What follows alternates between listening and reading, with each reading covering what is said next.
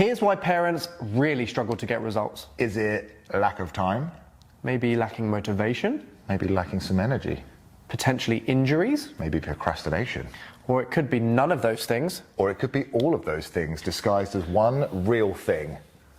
Unrealistic expectations.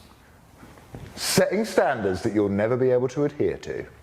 Look, the reality is you're not in your 20s anymore and you shouldn't be following other people off Instagram or TikTok and following their routines.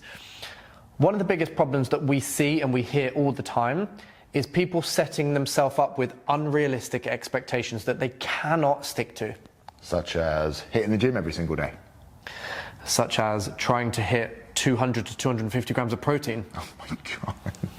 I can do that because I'm a caveman. But having a meal plan that's exact and weighed out and looks very, very Instagrammable with smashed avocado and smoked salmon and sourdough. And trying to hit 12 to 15,000 steps every single day. As well as doing some HIIT cardio, going to the sauna, going to the cold plunge. Is there a cold plunge? Yeah, something like that. Ice bath, having ice cold showers instead of normal showers.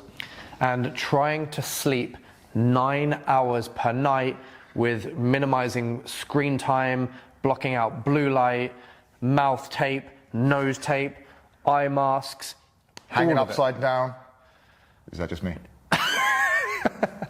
None of that is realistic, right? Whilst some of those things can be of benefit for some people, it's not the things that are going to get parents results. So, what are some things that would get not just any people, parents like me and you and them? Here's some guidelines that we typically give our clients, our one-on-one clients and our clients inside Build. When it comes to the gym, we ask our clients to get at least 2 sessions per week. At a minimum, just a minimum of 30 minutes per session. Typically, sessions will last 45 minutes to an hour, but 30 minutes at a minimum, and we give them a structured plan to make sure that they can do the full hour, or if they need to, maybe a meeting's come up, a dentist appointment, children's play, they can get it done in half an hour and make sure they're staying on track, not falling on and off and being inconsistent. The reality is you can actually achieve incredible results training in the gym just 2 times per week. It doesn't need to be 3, 4, 5.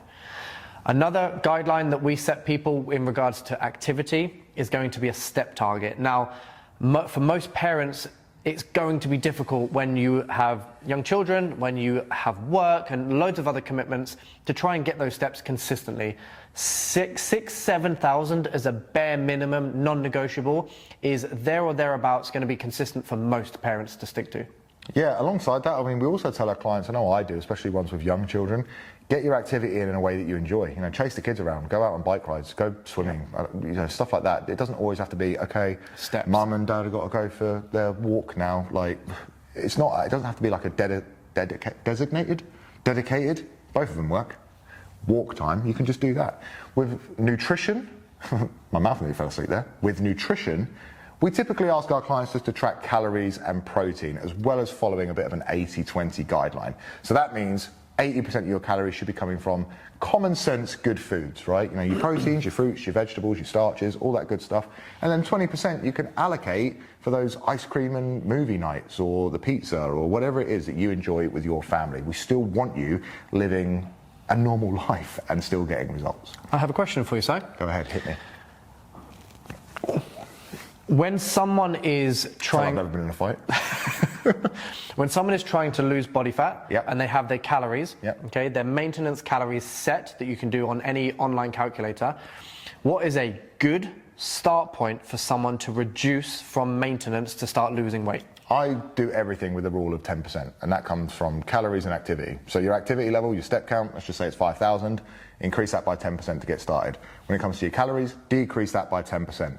We also need to monitor your results as well to make sure that's actually working. So with our clients, we track their body weight every single day for a week, get an average, do it again for the next week, and then you've got 2 numbers, 2 averages. If that number's gone down, your deficit's working. If it stayed the same, decrease another 10%. If it's gone up, decrease 20%. So Yeah, that's what you want to be doing. And follow-on question from that, why is it a bad thing when people restrict calories too far and go way above 10% right from the very beginning? I've made this mistake, okay? So I'm speaking from experience, all right? I've actually made this mistake recently. What ends up happening is you're motivated, the novelty of the program is very enticing and you feel like you can do it, right? So 4 days in, 5 days in, like it's getting a little bit more difficult. At some point, you're probably going to hit a bit of a breaking point and you're going to rebound massively. You're much better off doing things slow and steady. 10 to 20%, that's kind of manageable. You will get a little bit of hunger. You're on a diet, that's normal. It's normal. If your body's not telling you you're hungry, you're probably not in a big enough deficit. You need to be a little bit hungry from day to day. But if you're starving, if all you can think about is food, if you feel restricted all the time, you are not going to last in this fat loss phase. Perfect. Back to the guidelines. And sleep. We want to be realistic with sleep, especially with young children. At the moment, my youngest is approaching 5 months old. That phase of sleep is tricky.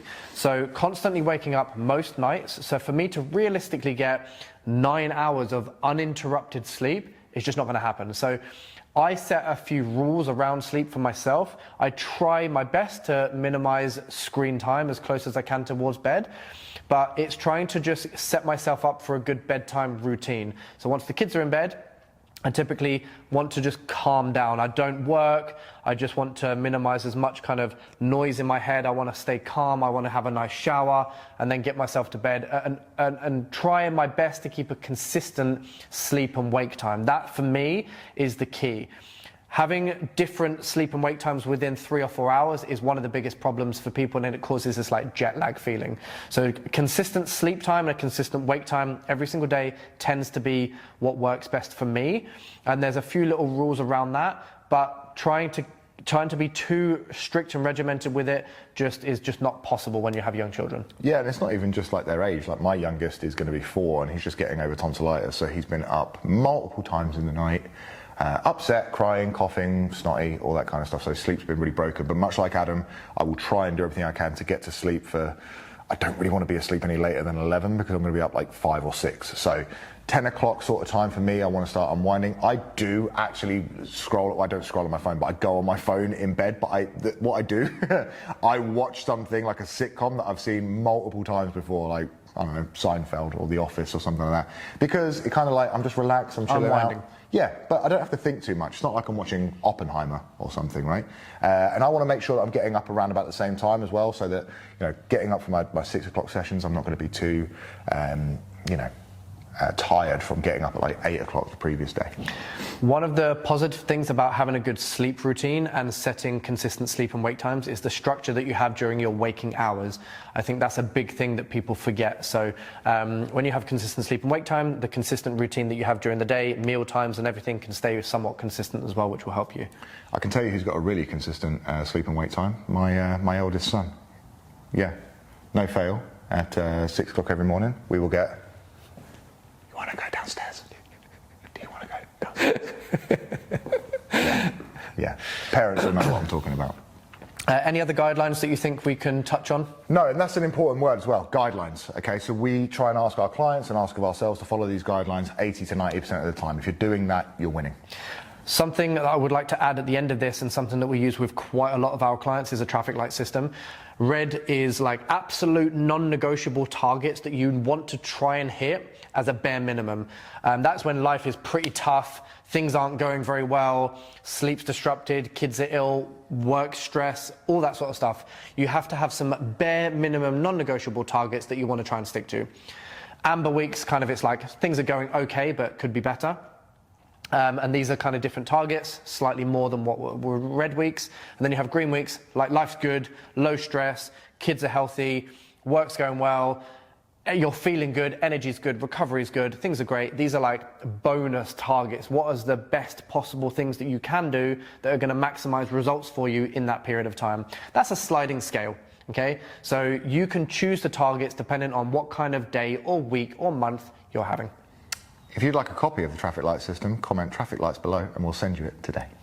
And if you want to be in our next intake of Build, we are now taking on clients. Simply click the link in the description for all the details. See you on the inside.